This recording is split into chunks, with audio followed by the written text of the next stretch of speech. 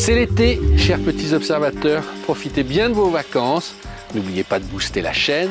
Et puis on avait envie d'un sujet comme ça, voilà, la petite MX5 RF pour Retractable Fastback. Et forcément c'est Julien, du haut de ses 30 ans, c'est une voiture qui te va bien au teint. Attends, quand la vidéo est diffusée, j'ai 35. 35, ah oui, ouais. Tu es Lyon. Et quand on diffuse, août, hein. on diffuse quoi, début août? Je suis né le 8-8, donc peut-être... 8-8, voilà. Donc mettez beaucoup de bon anniversaire voilà, dans les ça. commentaires. Je vieillis, je blanchis aussi déjà. Un mot, il n'y en a plus des voitures comme ça, des roadsters, propulsion petit, léger, clin d'œil à ma X19. On l'a mise derrière, il fallait. Voilà, qui est aussi une Targa. Ouais. Mais voilà, c'est le dernier des Mohicans. Ouais, et puis là, elle fête ses 10-11 ans.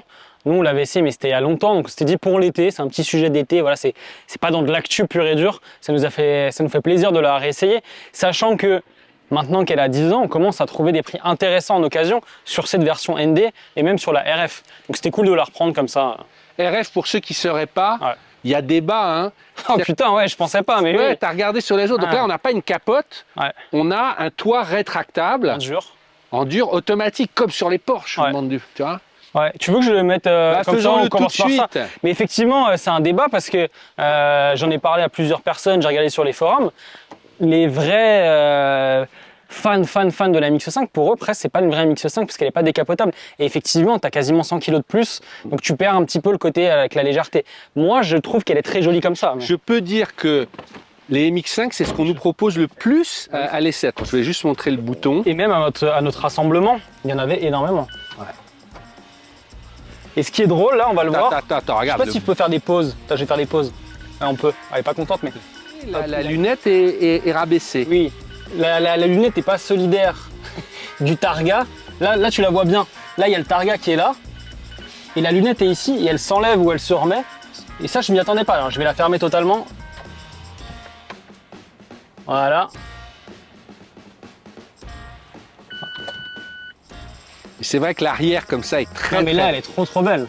Ah ouais, c'est très joli. Après je comprends hein, le truc de la MX5, enfin de toute façon c'est sa facilité d'usage à tous les niveaux, on va en voir, on va en parler pendant toute la vidéo, mais c'est aussi effectivement le fait de décapoter à n'importe quelle vitesse presque, alors, juste avec un coup de main, ça tu le perds, parce qu'en fait avec ce côté Targa, de 1 forcément tu as un peu moins de vent, et de 2 pour l'ouvrir il faut être à 10 km/h, et ça prend un peu de temps tu vois.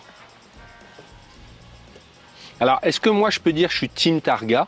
Ouais, bah vas-y. Hein, moi depuis aussi, que j'ai la X9, je monte juste, mais c'est quand même beaucoup plus agréable parce que tu es pas décoiffé. En fait, ça fait filet anti-remous.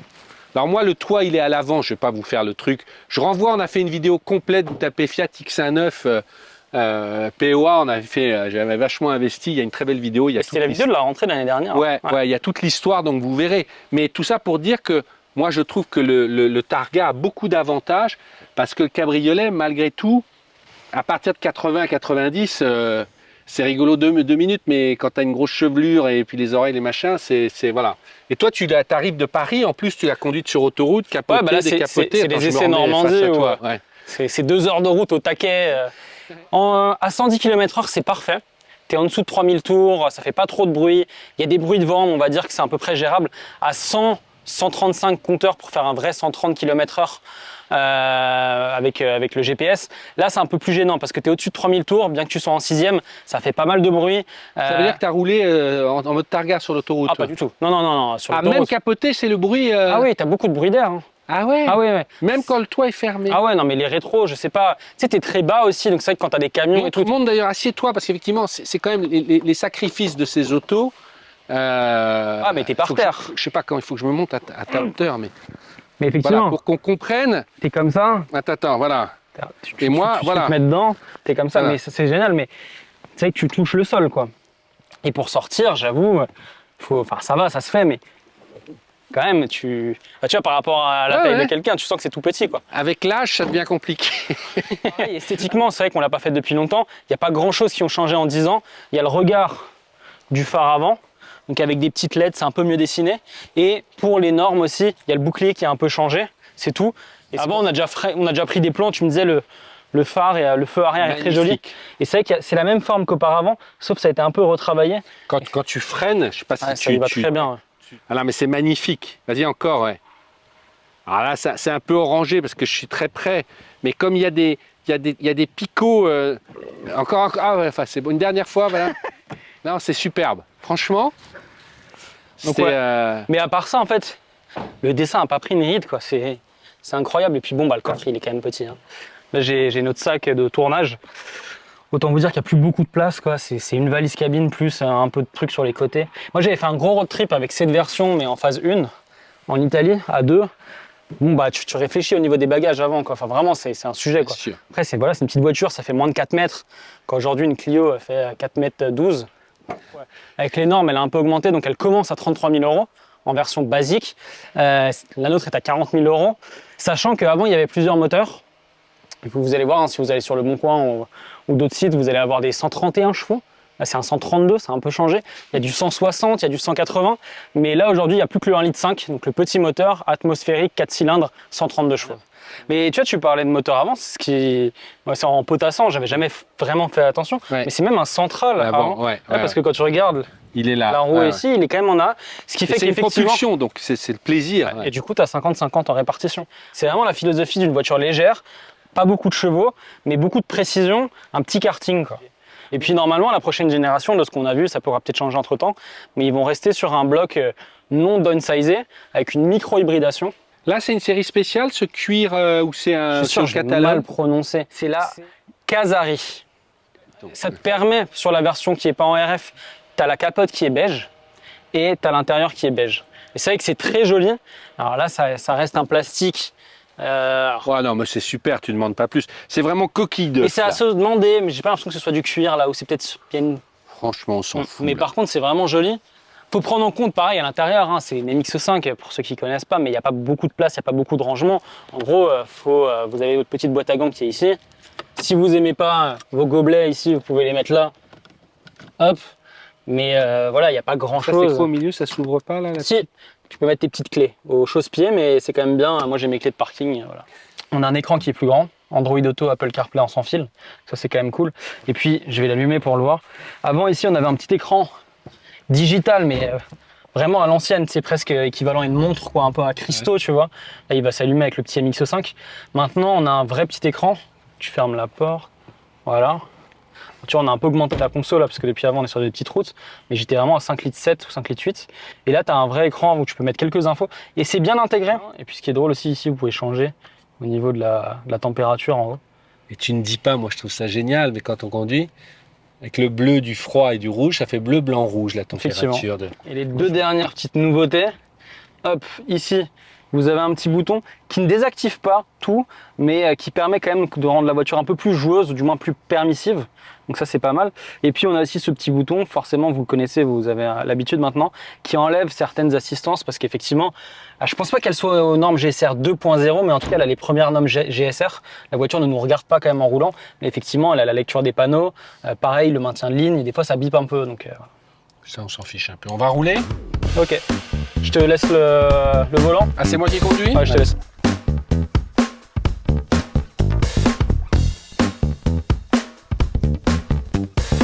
Body Road. Body Road. Tu les connais bien ces routes. C'est bien en plus, c'est vrai que t'aimes beaucoup conduire la X1.9 sur ces petites routes donc. Bah oui, la MX5 c'est l'héritière, même si le moteur est à l'avant. On l'a répété dans le. Mais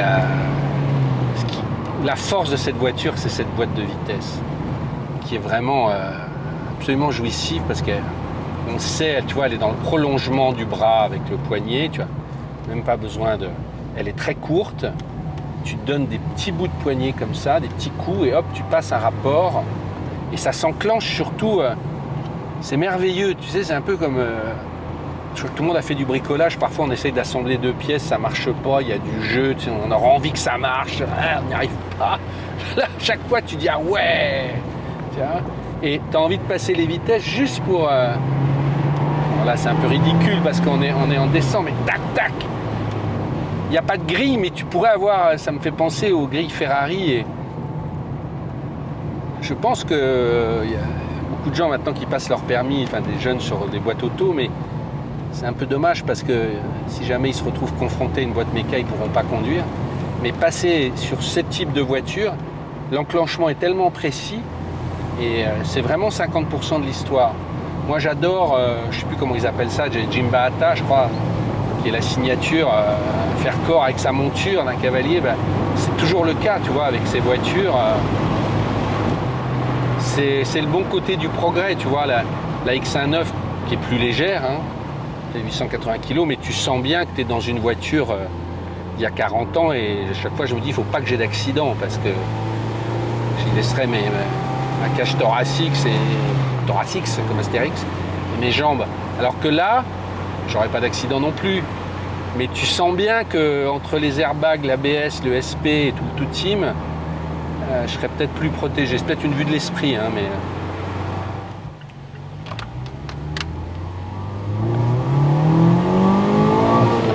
Ah ouais, Julien, il a fait de la F4 là. Non mais en fait je vais être dithyrambique comme toi, donc je n'aime pas parler pendant des heures. Mais la seule petite chose, c'est qu'effectivement il faut la cravacher. En gros, j'exagère un peu, mais en dessous de 4 ou 5 000, il se passe pas grand chose. Il faut toujours un peu tutoyer la zone rouge. Et j'aime bien cette philosophie. Moi j'ai une moto 125, c'est un peu pareil. Je peux m'amuser que dans les tours, sinon elle avance pas. Mais c'est une bonne chose parce qu'aujourd'hui il y a des radars partout. Donc autant exploiter un truc, on va dire à 100%, c'est un grand mot, hein, que d'accélérer, avoir une voiture qui fait du 0 à 100, plein d'électrique d'ailleurs, en 3 secondes. Julien, on se faisait une remarque, on a le compte-tour au premier plan et dis-moi la remarque alors que je ça, ferais. Parce que la vitesse est tout petit sur le côté. Là encore une fois, je pense que dans les commentaires ils vont me dire vous êtes même plus des bagnolards et tout. C'est vrai que la vitesse est à droite, c'est un compteur à aiguille. Quand on commence à être habitué, ça fait quand même 15 ans un peu qu'il y a des compteurs digitaux. Il n'est pas hyper lisible, il est petit, il est sur le côté. En plus, au lieu d'avoir marqué 50, il y a marqué 40 et 60. C'est vrai que au quotidien, c'est un peu gênant. Quand on est en ville, on ne sait jamais est-ce que je suis à 48, est-ce que je suis à 55. Il faudrait à la place de la boîte de vitesse, c'est peut-être possible, hein, j'en sais rien, je suis dans les réglages. Hein. Peut-être je vais me faire huer dans les commentaires. Mais ça serait bien d'avoir ici la possibilité de mettre la vitesse. T'as pas essayé digital. en tapant si, sur j'ai les essayé. petits boutons et t'as cherché? Si, j'ai tout cherché, j'ai cherché là et tout, j'ai pas trouvé. Et non mais ça manque, parce qu'en fait c'est un appel d'air ce compte-tour, on a envie de monter tout le temps. Et la vitesse, on se dit tiens, je suis à 30 ou à 60 ou à 80, mais c'est le truc à se faire gauler ça. Après en fait où cette voiture est drôle, c'est dans les virages. En fait elle n'est pas piégeuse, on sait ce qu'elle va faire, le côté propulsion c'est sympa, voilà, et il faut la prendre pour ça. Mais après voilà, alors, le seul truc c'est qu'effectivement, et ça c'est sur cette génération, toutes celles que j'ai essayées, toutes les motorisations, je trouve qu'elles chantent pas assez. Et autant je suis pas pour faire 25 reprog ou des trucs ou enlever les catalyseurs, autant je trouve que dans la limite de la légalité, avoir peut-être, quand on est à la campagne, on n'embête personne et tout, pouvoir avoir un petit bouton où on pourrait enlever les clapets à l'arrière.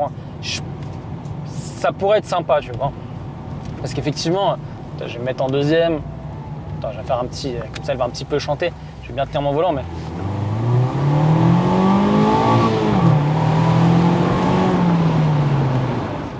Mais voilà, pareil, ça vous colle pas au siège non plus, hein. Je veux dire, c'est sympa, mais moi après la CT200H, c'est une voiture qui me donne envie. Je me pose la question, je regarde souvent sur le bon coin.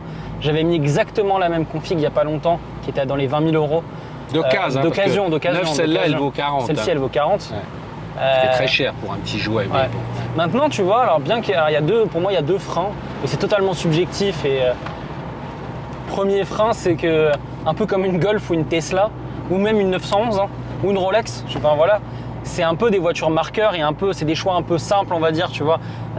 C'est un peu la convention. Voilà, quoi, c'est ça, je critique personne et tout, voilà. Mais c'est vrai que j'aime bien avoir des trucs un peu bizarres ou différents, enfin voilà. Et donc c'est vrai que la MX5, on en voit quand même un petit peu, et ça c'est la première chose.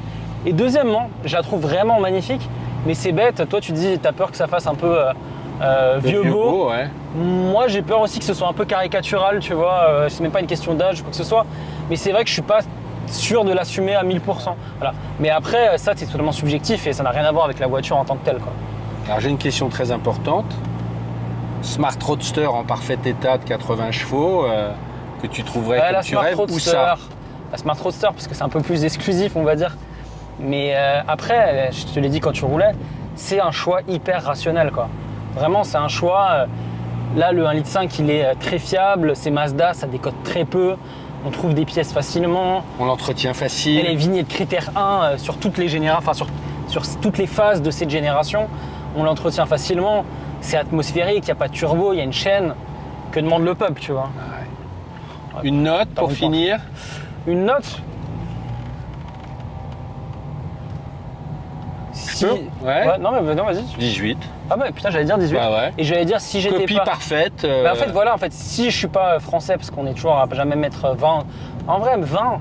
Parce qu'à part Ouais, maintenant ouais. le prix où effectivement 33 000 euros, faut quand même, tu les sens un C'est peu ce que passer. j'allais dire. Voilà. 20, il faudrait qu'elle vale 10 000 de moins dans cette. Bon, Ouais. mais, Tu l'as fait un peu moins cher ou tu lui mets une sonorité peut-être un peu plus sympa, la copie elle est parfaite, quoi. parfait. Je suis d'accord. Bon, voilà, c'était une petite vidéo de l'été. On voulait se faire plaisir, on voulait vous faire plaisir. On espère que vous passez un bel été sur POA et vous. Booster la chaîne. Ouais. C'est Ouais, le nouveau surtout truc. la vidéo en fait, vous descendez, c'est que sur les téléphones portables. Vous allez à côté du commentaire, vous pouvez booster. C'est vrai que ça fonctionne beaucoup pour le référencement, donc c'est important. Vous avez boosté. Booster. Bon été et bon boostage. Ciao. Ciao.